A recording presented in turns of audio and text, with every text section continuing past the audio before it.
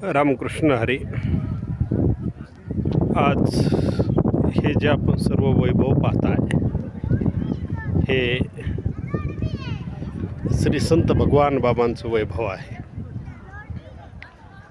का हे वैभव झालं तर जे भाऊ आज गुंठ्यासाठी 2 गुंठ्यासाठी एकरसाठी 2 एकरसाठी मारामारी करतायत, खून खराबा करतायत, परंतु संत भगवान बाबांनी स्वतः माणिक बाबांनी उत्तराधिकारी नेमलेले असतानासुद्धा त्यांना त्रास देऊन त्यांचा छळ करून त्यांची असलेली गादी हिरावून घेतली आणि संत भगवान बाबा या धुम्या डोंगरावरती आले.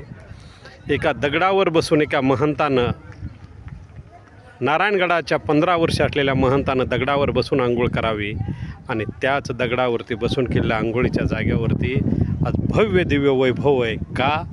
जर तुम्हाला कोणी त्रास देऊन छळून जर तुमच्या हक्काचं घेत असेल तर बिनधास्त देऊन टाका, कारण परमेश्वर तुम्हाला देण्यासाठी तयार आहे. फक्त विश्वास ठेवा, जो विश्वास संत भगवान बाबाने ठेवला. भगवान बाबा की जय.